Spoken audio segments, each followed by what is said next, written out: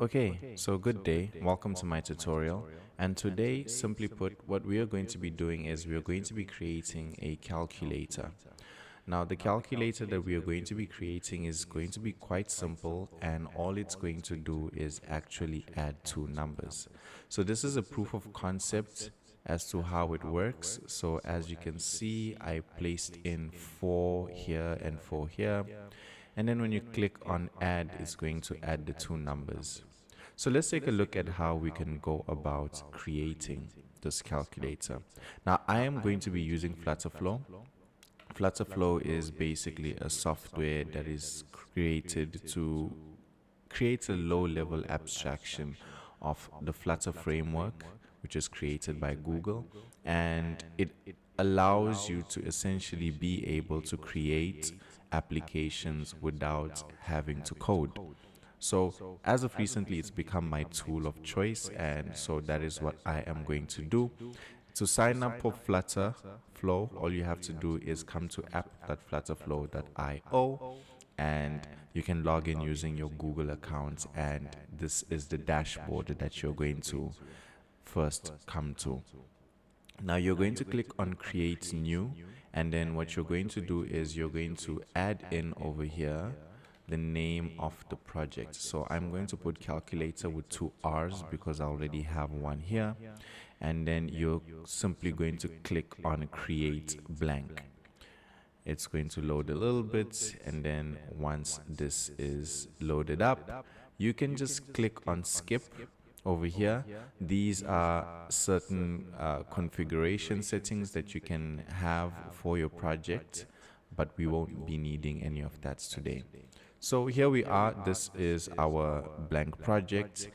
And so let's start off with the first step, and the first step is going to be to place our widgets into our workspace over here. So to place in widgets, what you're going to do is you're going to come to the left hand over here to the widget tree, and then you are going to select the column that we are going to be placing our widgets in.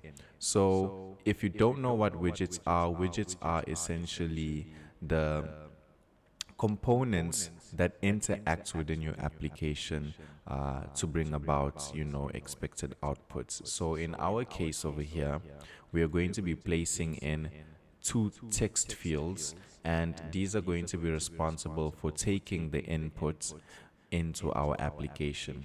So I'm going to place one here, and then I'm going to duplicate this so that we are going to have 2 of those, and then I'm going to select the first text field, and I'm going to add padding, which is going to give it a little bit of space there at the top.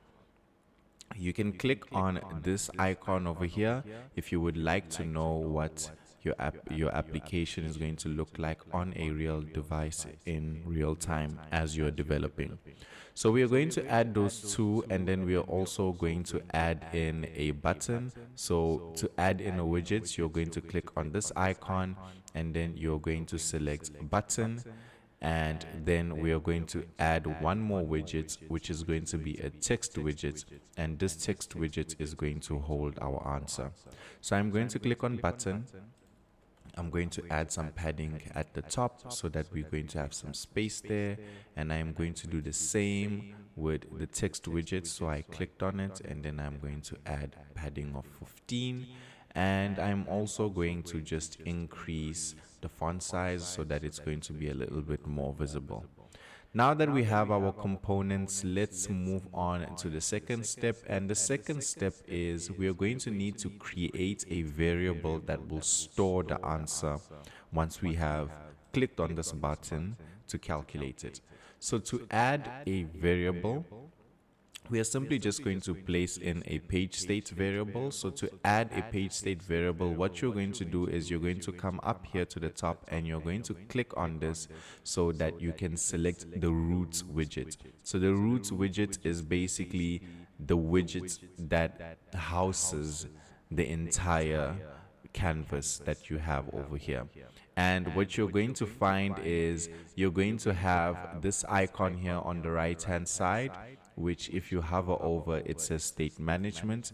You're going to click on this, and this is the area where you can create page state variables. So page state variables are variables that are only accessible within this page of the application. So that is going to be what we are going to use to store our answer. We're going to give it a name, and the name is going to be answer, and the data type is going to be integer. And we can give it a default value of 0, and then we are going to click on confirm. So that's the second step. We have just created a page state variable for ourselves. Now, what we are going to do is we are going to move on to processing the inputs that are going to be placed into these two text fields over here. So it's usually good practice to change the name of the components that you're working with, the widgets. So what we are going to do is we are going to click on the first widget, and then we are going to come up here, and then I'm going to add a 1 and click on the tick. Then the second one, I am going to do the same. We're going to click up over here. I'm going to add a 2, and then we're going to click on the tick. So now this is text field 1 and this is text field 2. So I am going to select the button. I am going to scroll down over here in the properties panel, and then I am going to change the label to add, so that it's going to say add over here. And now we can configure it to perform the calculations. So to do that, what you're going to do is you're going to come up over here to the right hand side. You're going to click on this mouse button, and this is going to open up the action flow editor, which you can further click over here, and then that's going to open that. Now inside over here we can set our actions. Our actions are responsible basically for controlling the behavior within our application. And so what we're trying to do is we want to update the variable that we created over here, so that it's going to reflect and store the answer. So by default we have 0, but of course, unless the calculation warrants it, we're not going to be needing 0. So you're going to click on add action, and then so I'm going to go back over here, since this is the screen we are familiar with, and I'm going to just delete this so that you remember where we are.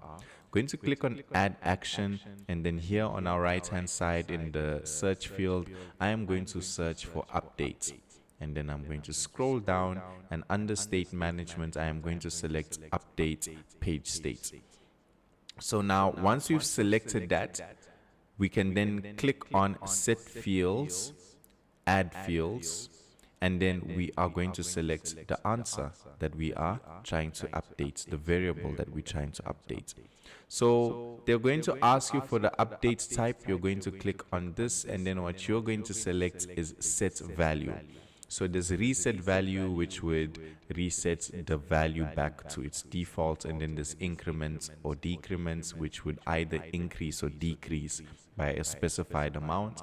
But what we're trying to do is we're trying to set a value, and to set the value, what we are going to do is we are going to click on this icon over here, which is then going to open up our sources panel. So what we are going to do is inside over here, we are going to select code expression.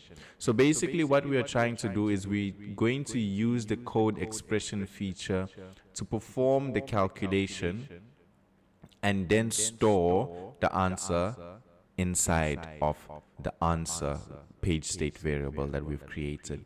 So you're going to click on create expression, and then this is going to open up. Now, inside over here, there are two important things to take note of. 3, in fact, but we start off with these first 2. Where it says add arguments, you basically are going to add in the values that you want to perform the calculations on, right? So these are referred to as arguments in programming. So in our case, there are 2 values that we are going to take from the text field that we are then going to add, and we are expecting an output. Now the output is this part over here, where it is referred to as the return value.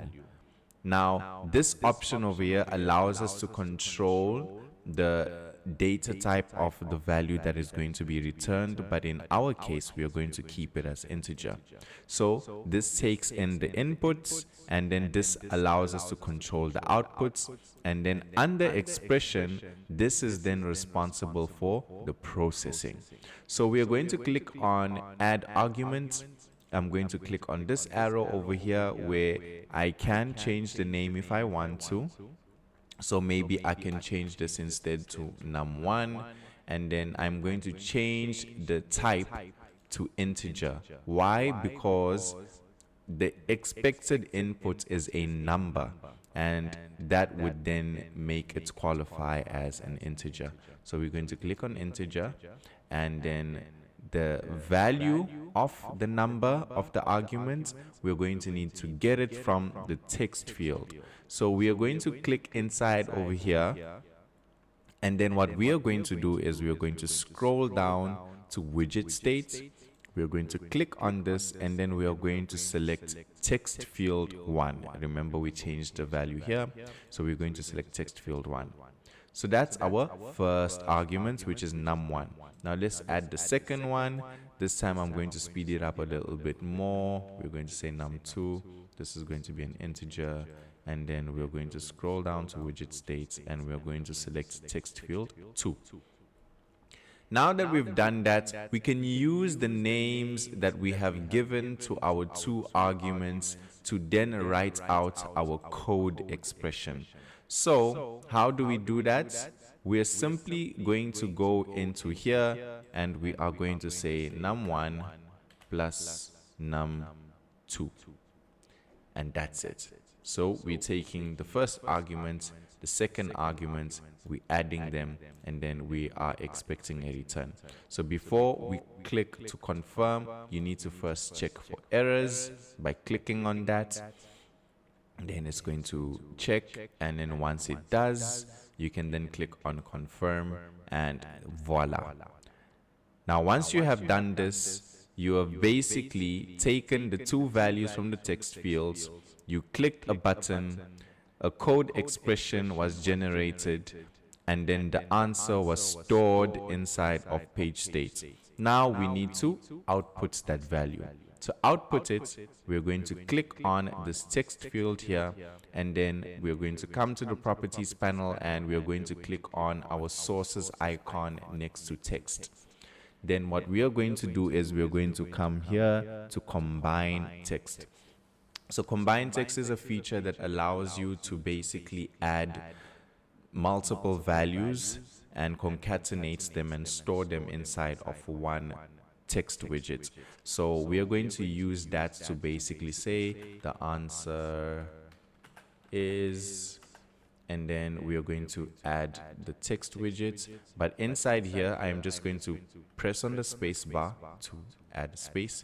Then I'm going to click on add text again, and then inside the third option, I'm going to click on the sources icon, and then I'm going to come here to page state, and then I'm going to select answer, and then I'm going to click on confirm, and that is your application. Right, so all you would have to do now is to click on this option up over here, and then what it would do is it would open up another tab, and then within this tab it would run an instance of your application, or let's just say a simulation of your application. This usually takes a bit of time to load, and by the time this is done loading, you're probably going to have this, so I don't think you need to really wait that long. So thank you so much for watching the video. Please do leave a like, do share if you found this informative, and I'll see you again in the next video.